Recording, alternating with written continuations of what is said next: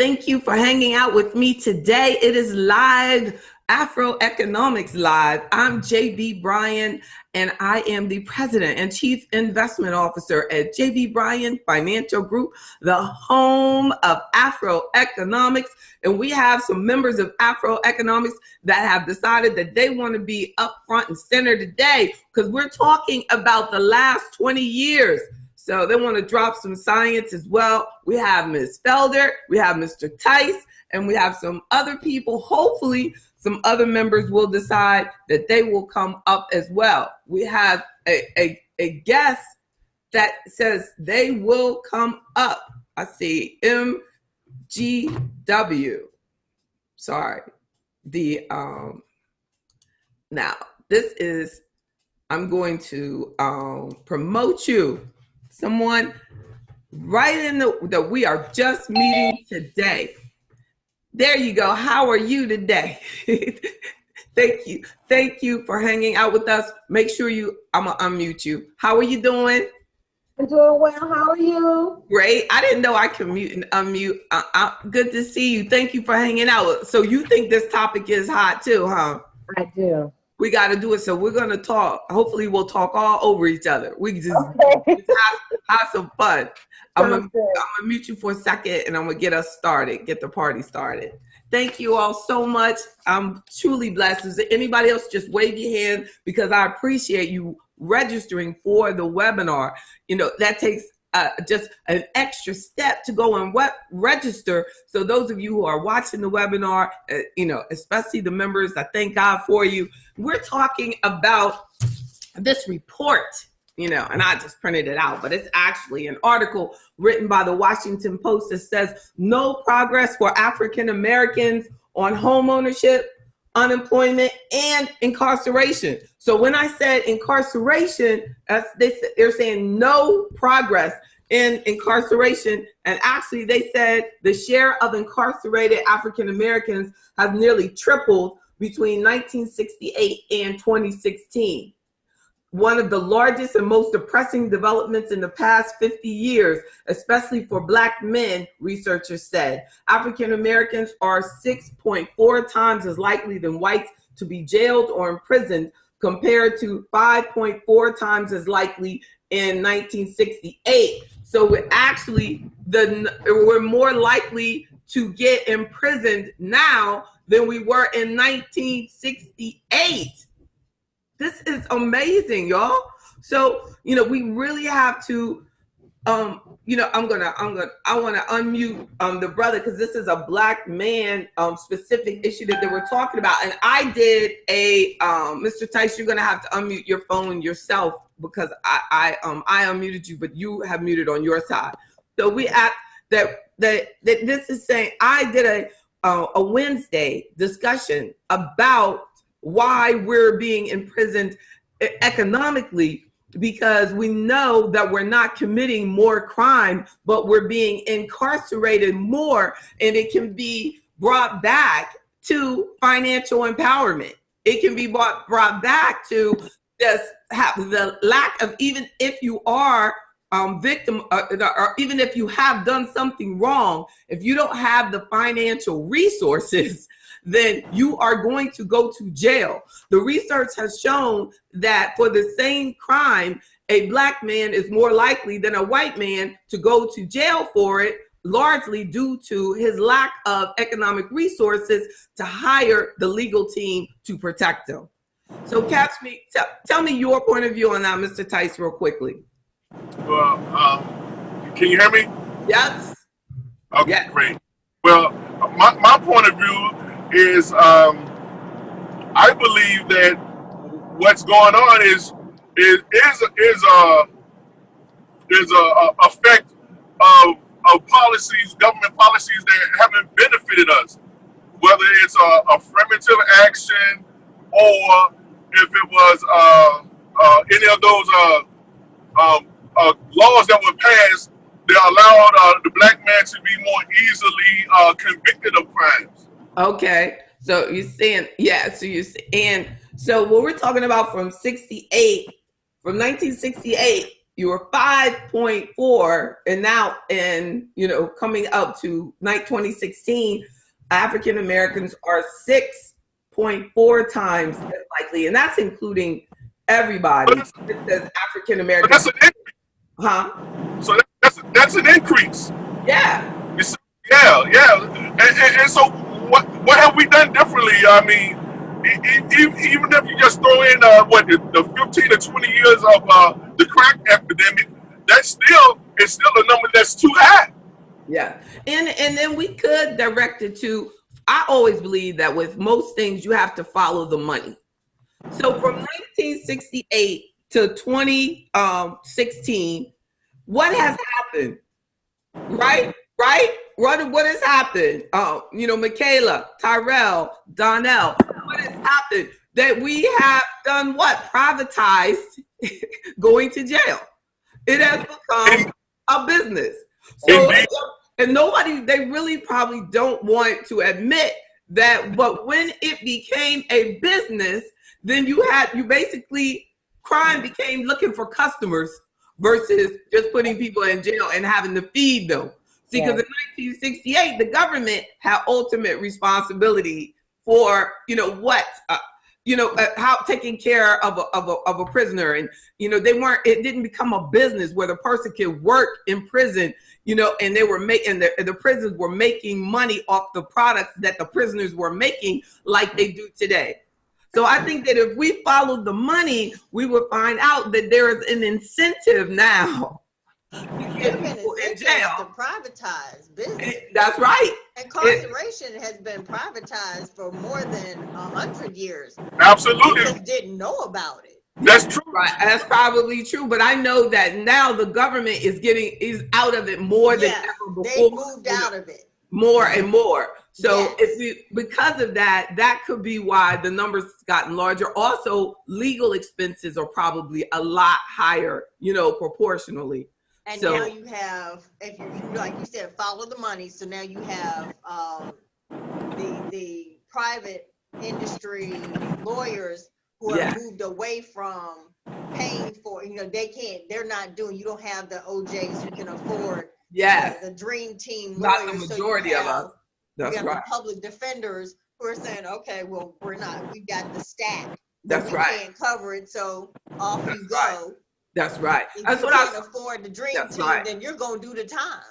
Yeah, it was on the news this morning that white man that's being investigated, he's selling his $800,000 house in order to pay for his legal team to defend him against, so if that's impacting him that way, thank you. The amount of resources that we are losing in our community to defend our grandkids, kids, and stuff like that. People putting their house up, the lawyers taking their houses. There's lawyers that own rental properties all in Black neighborhoods just from criminal defense attorneys. If we, that have them grandmother put that property up, and then something went wrong or whatever, or that's how they had to pay for it. You know what I mean? And they basically own the property. So now they're paying it. I don't know how it works, but there's a lot of our wealth that's being lost because of this increase in incarceration as well.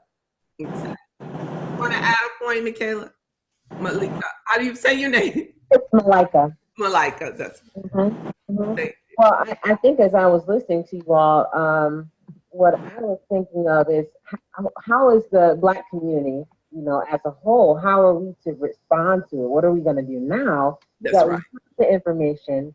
And which one of the reasons why I wanted to log in, right? So now we see this report, and we see that the needle has barely moved. That's right. For our people, how do we respond to this? And will enough of us respond to it to make sure that we make significant gains from here?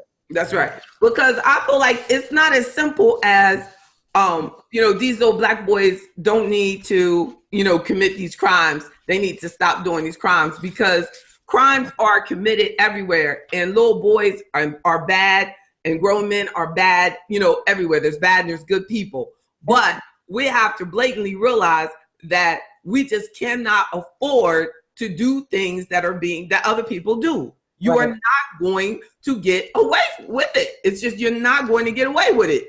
So I'm glad you pointed that out, because what I have put down, some points of things that it also points out in the article, that even though like 90%, it said 90% of Black people have now completed high school. 90% of those surveyed. So we're getting more education. We get almost our higher education rate is almost equal to theirs. We're getting all these degrees. We're doing all these things. And I was saying, so why do we have so much education, but still no wealth? You know why? And I said, when you're starting with nothing, and these are my points that I said, that when you're starting with nothing, you shouldn't take on any debt. And see, what we do is when we want to go get our degree, when we're talking about wealth, when he's talking about here, when we want to go get a degree, we go and get the degree by any means necessary, which means allowing the government to own you many times for the next 20, 30 years. I had a meeting with a lady the other day. She had Black female, 2 master's degrees, 65 years old, with $200,000 in school loan debt. And her social, she was about to start getting her Social Security. And I told her, you realize that they are going to take that payment you're not making out of your Social Security check. And she said, what? I said, yeah, that's why. She said, but they haven't even contacted me. I said, they don't have to. They don't have to contact you because they're waiting. They're looking at this and this, and this lady is racking up penalties, interest, everything, and it hasn't helped her. She's working in retail. So, you're doing this part-time work. You have all this, these double degrees, and then now you're 66 years old and you're almost, basically $250,000 in debt from education. That is so sad. So when you start with nothing, we have to admit that we did not get the 40 acres and a mule. We did not get anything to start.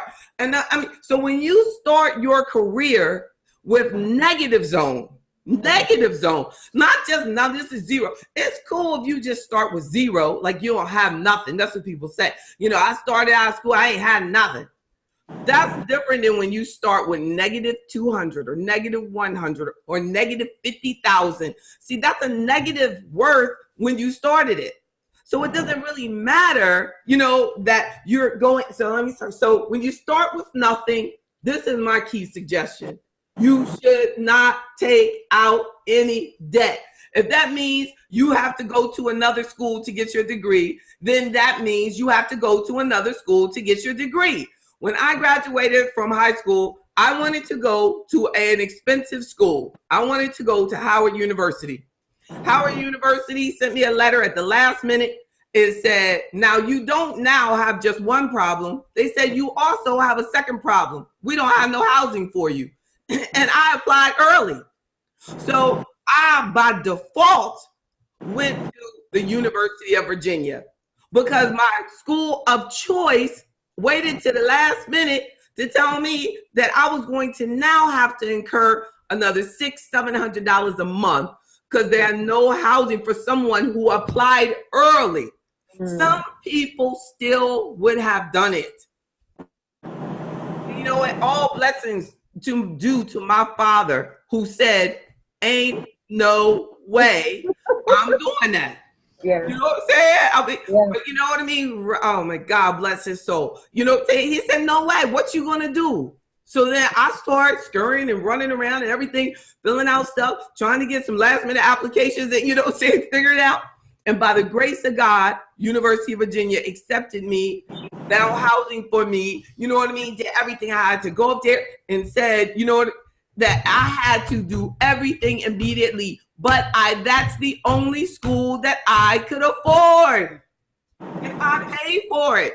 3 jobs, so we have to make that commitment that just because that's what you want to do.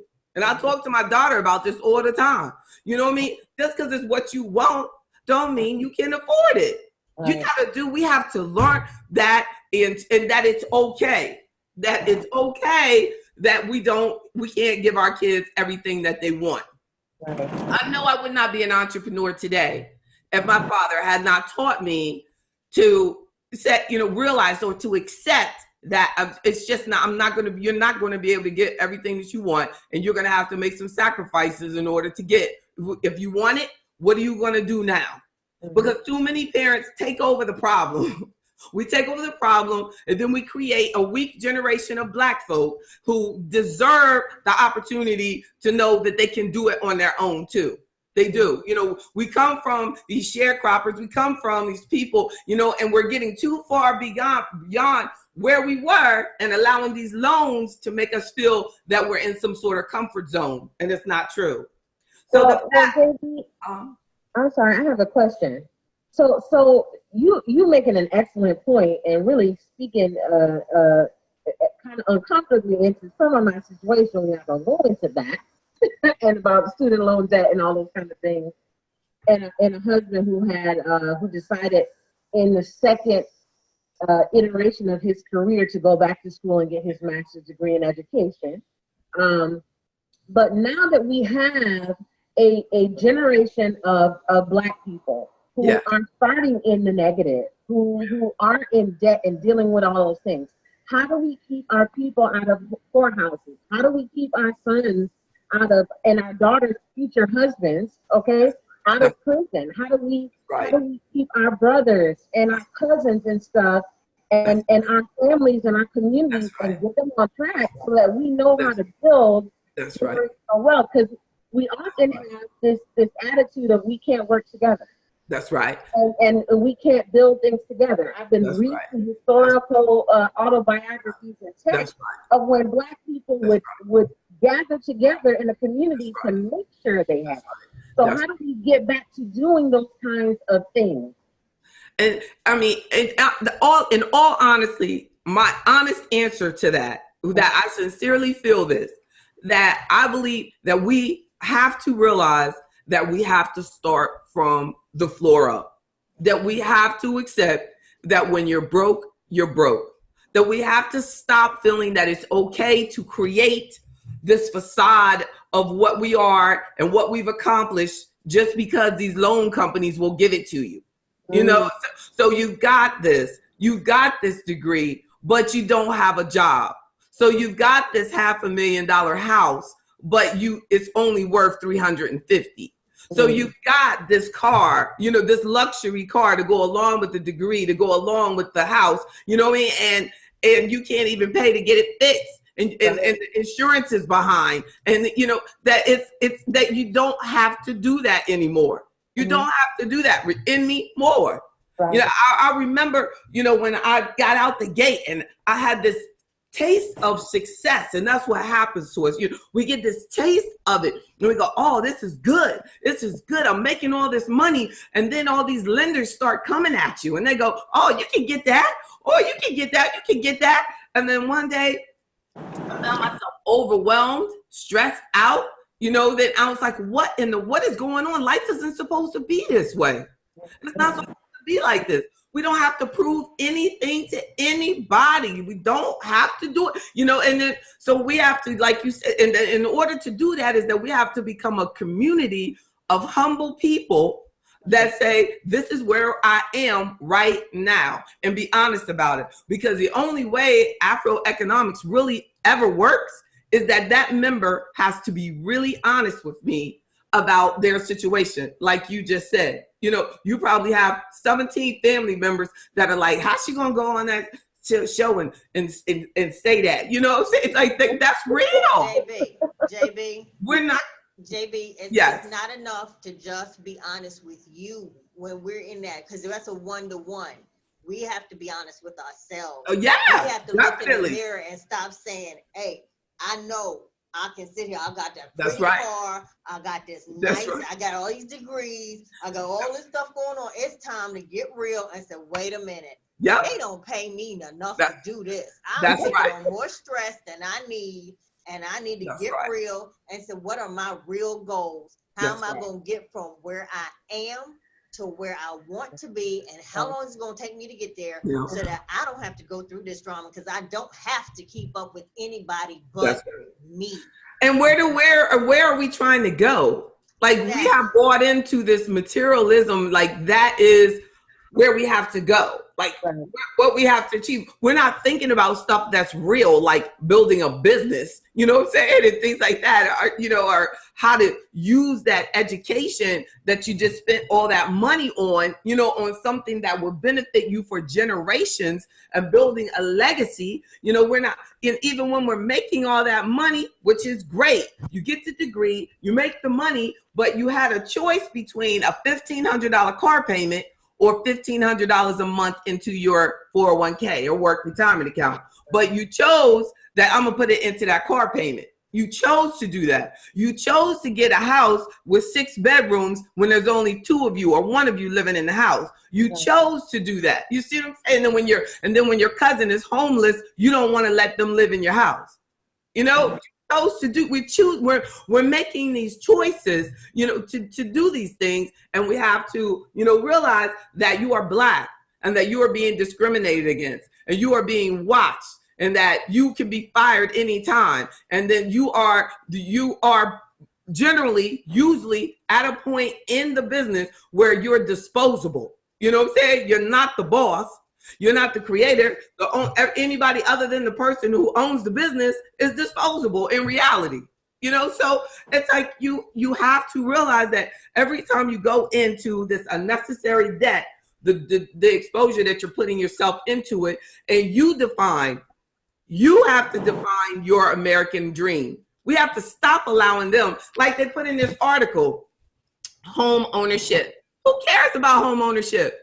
Why have we bought into that home ownership is so vital to our financial success when we know that the stock market totally outperforms residential real estate?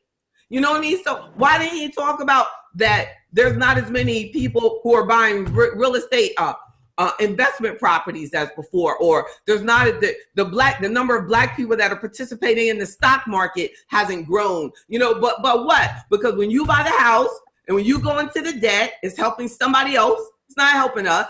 When you buy the house that's way too big, it's helping the finance company. When the government guarantees that loan for that house that you got, that bank is fine.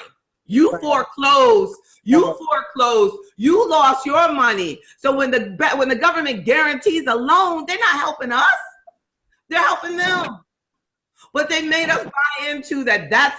And then you paying all these taxes and you're supporting the community, but yet the community won't even allow you to have a school that makes sure that your child doesn't get discriminated against. Come on now. You know what I'm saying? So your child goes to the school, he doesn't. So your taxes are being put into a situation where you don't even feel welcome. They don't even really describe what your child. I got a text from my daughter today, and she was like, every day I'm in this class, these people never even speak to you. You go out here to the county, you pay all this money to live out there, you pay all these taxes, you pay all this stuff, and your child is all out of place.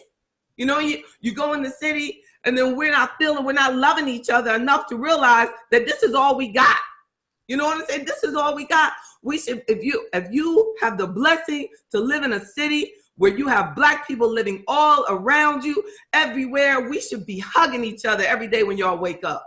You should be, thank God, let's take care of our community. You should be walking, if there's a drug dealer on the corner, we should beat them up. It should be a crime. They should be afraid of you, not you be afraid of walking past your corner. Yeah. Everybody should be. We have to fight. I was looking at the comments on the article at the Washington Post, and there was a whole bunch of majority people talking about at some point y'all need to realize that you gotta get yourself together. There's all this stuff. This is the way they look at us. So when they come out with these articles, we have to realize that it's all propaganda. It's all propaganda because we're accomplishing a lot, but we're wasting our money on supporting institutions that aren't helping us.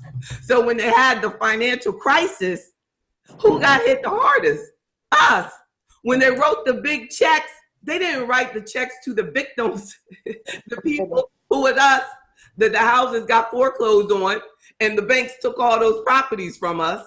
They didn't get any checks to those victims. But those banks are secure today. Those properties that we lost are with them. They sold them. They made money. They got other people in them. They got the new loans. They good. The loans were guaranteed. They cool. They got in them, or not us. Yeah, exactly. You know what I mean? Or investors that are now renting to the same person that used to own it, you know? So it's like that. So we need to realize that we have to be smart, be financially astute. Stop throwing away our money. Stop spending. Stop impressing. Stop having perception-based financial decisions and start just saying, you know, this is all I got. This is all I can do. You know, and stop feeling like you got to impress somebody when you go to church on Sunday. If you can't afford it, you know what I mean? You just know that God will forgive you. It's okay. You know what I'm saying? And if you can give 10% to God through that church, then you can give 10% to yourself too. Because God wants you. You can't really believe in God without believing in yourself. And we believe in God, and then we don't believe in ourselves and don't believe in each other. I'm right there in your face.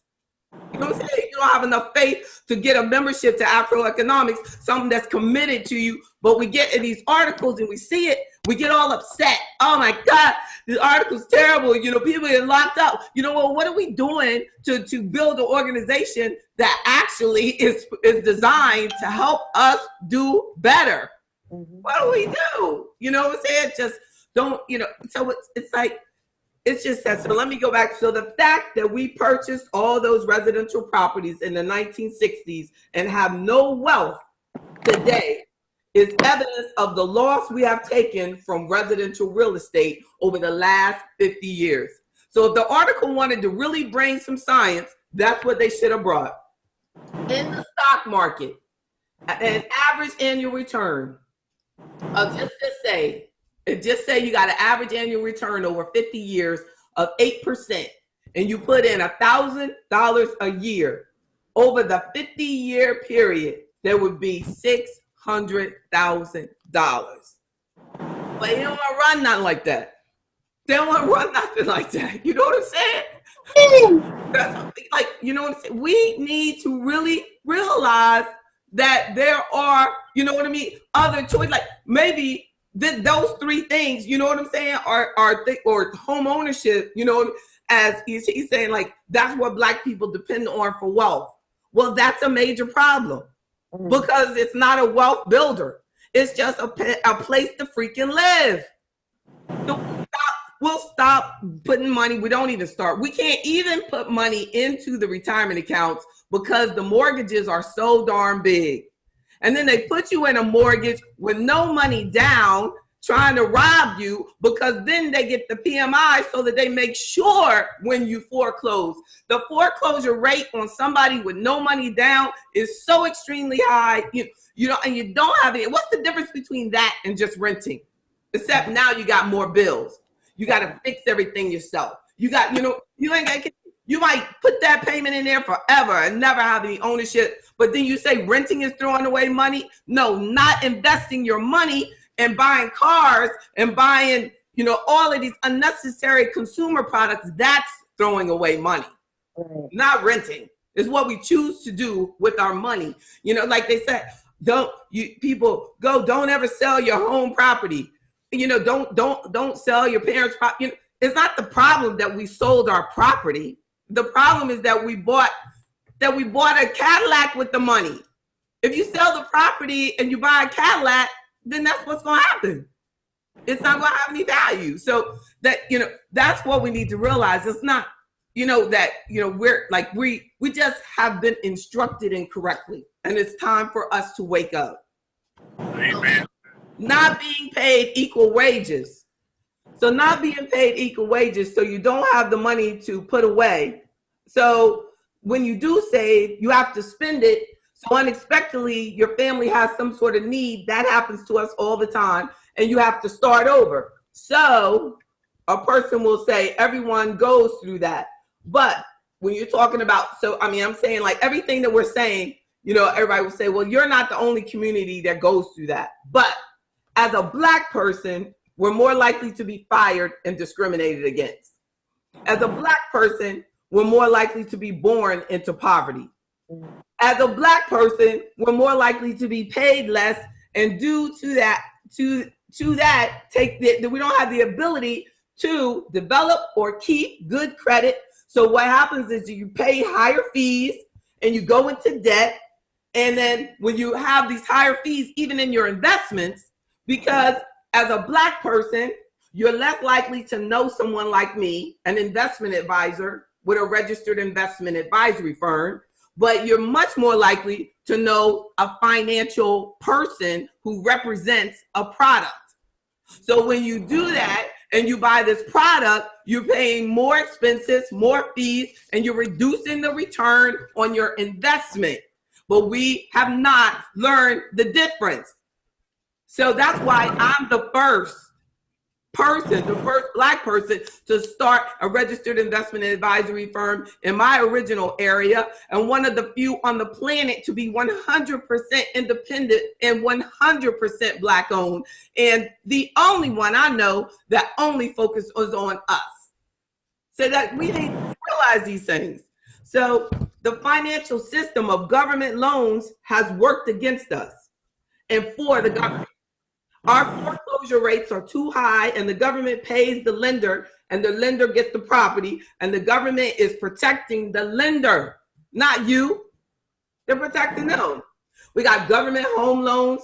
We got government education loans. You cannot get out of paying a government loan. And now you got to die. It's like taxes. So we're doing all these debts with the government. If we're doing those debts with the government, we're not gonna have any wealth, because you're gonna be attached to that forever, no matter what goes wrong in your life. Consumer debts are a trap. These are my key solutions. Consumer debts are a trap for us. Materialism is not allowed, but it is commonplace. We have to move away from materialism. The education system for many of our young people is stripping away our hopes and dreams and truth. I've had so many teachers that have told my daughter, I never heard that in the 70s when I was going to school. The crap she hears, people not believing in her and stuff like that. That is ridiculous. It becomes a social lifestyle. Like, school for most Black kids is just a lifestyle, something to do. You get through. It has no strategy to it, no purpose, because we're not telling them. You know what I'm saying? That you get out here, you get a business, you go in here, you don't have to worry about just going to work for somebody. I mean, why would you be motivated by going to school to get out to come and work for somebody who's just ignorant and don't like you anyway? You want to motivate them, talk to them about, you do this, you learn how to do this. We need to be focusing more on skills anyway. So you get into something that you can immediately learn how to make money, and tell them, stop letting your kids be lazy. And the first way to stop kids from being lazy is that we have to stop being lazy. You know what I mean? You got to really know, you got to grind. And most of us don't have our businesses or lost our businesses because we thought that it would be easy. And it's not. It's not. It's like freaking working the field. The first Black entrepreneurs in this country were people who had fields, who were farmers, and that was hard work. And farming is a business. And we have to realize that entrepreneurship takes effort. It takes work. But it is the most rewarding thing that you could ever do for yourself and for your family, because then when your children are getting out of school, they have options. Right. They don't have to come work for you, but they have options. And then we don't have to worry about these unemployment numbers that they talk about being higher now is because we have less Black businesses than we had then. But they ain't bring that up. See, because Black people with Black businesses hire Black people, because Black people want to work for you. A lot of white people don't want to work for Black people. You know what I'm saying? So you got a problem as a Black entrepreneur if you don't keep making sure that we have intelligent, young Black people. You're not going to have anybody to work for you, because other people have what? They got options. They got options. We don't have as many options.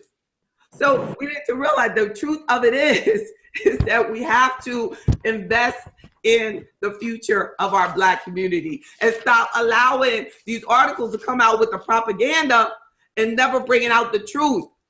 The truth of the matter is that minority contracting has almost disappeared with the government. You know what I'm saying? You can't, we're a Black as a minority has almost disappeared. We're way down the level. Everybody is a minority now. You know what I'm saying? So and we can thank many political parties for that. And we need to stop just giving away our vote, to a political party, and start looking deeper. We need to be looking deep at the existing political environment and how it can benefit us. Because if we're talking about a political environment that is investing in America and you're American, then we need to realize that that can benefit you as a Black business owner. And we need to be doing moves and major money moves with the government saying that we Black businesses want access to the money that now is being kept in this country. We got to start talking those types of conversations. And we need to be united about that. And that's the kind of stuff that I want AfroEconomics to be in a position to go and do that. That's why we have to build it up. So too much entertainment. Too much entertainment to escape from our reality has led to bad health and short careers for us. We got to just avoid the entertainment. I never drink. I never smoke. You know what I mean? I don't want to be intoxicated. I want to push through the pain. I want to know it. I don't want no Xanax. I don't want no weed. I don't want none of that. We got too many of our entrepreneurs, too many of our people, accepting that we can escape somehow, and it's costing us big time. Start your own business so your child has options. I said it. Our business gives you options. Develop self-esteem and give it to your children. Self-confidence allows you to not be materialistic, and then you can save real money. Learn more. Read more. Avoid doing what most people do. And most people are doing it, pretty much don't do it. You know what I'm saying? I don't care what color they are. If the majority of people are doing it, don't do it. That could just be a serious rule of life. Everybody don't do it.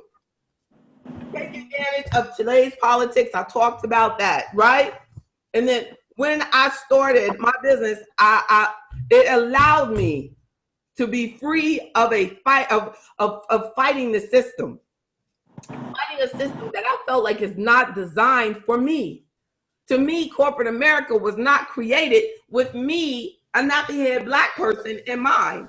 I did not see that. So if you want to, if you want to really feel confident, I feel that you have to make sure that you are working in an environment that is comfortable for you, that allows you to be happy so that you don't make these emotional, stressful, unfounded, searching for what I can do, looking for what's going to make you feel better, trying to figure out why you can't advance, getting into unnecessary debts, buying too many degrees, doing too many things, when you can free your mind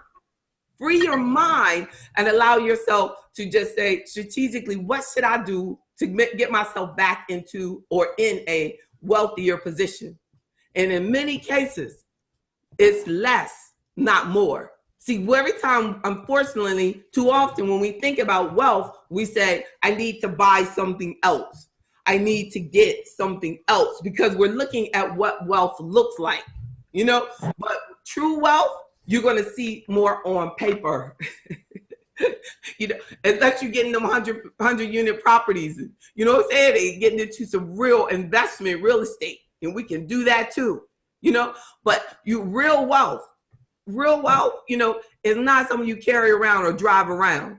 You know what I'm saying? You should look at a vehicle as what Don is in there driving. Like, that's a moneymaker. You know what I mean? Not your personal vehicle, a commercial vehicle that is doing something, that's creating revenue, creating income. So I tell you, y'all. So my final point is to be bold, be unapologetically Black. Dream big, much bigger. Dream so big that you scare yourself. Think independently. Know that you must create your own financial independence through making smart money moves, and realize that AfroEconomics is a financially strong financial community, that it is about our advancement. Now, I got some points in here, y'all. I know y'all thought I was ignoring y'all, but I wasn't. I saw you coming in with all these comments, then I'm going to let Tyrell and Don talk as well. I think that we have to get involved in the government, the lawmaking process. That's right. That's Ms. Reese. The judicial system that stops allowing others to create the rules that govern us. And we need to be a part of the process and become proactive. Indeed. This session needs to be continued. Great topic. It says, can you say it again about home ownership? Keep it 100. Thank you, JB. I'll still rent because it's my best option for us right now. Amen.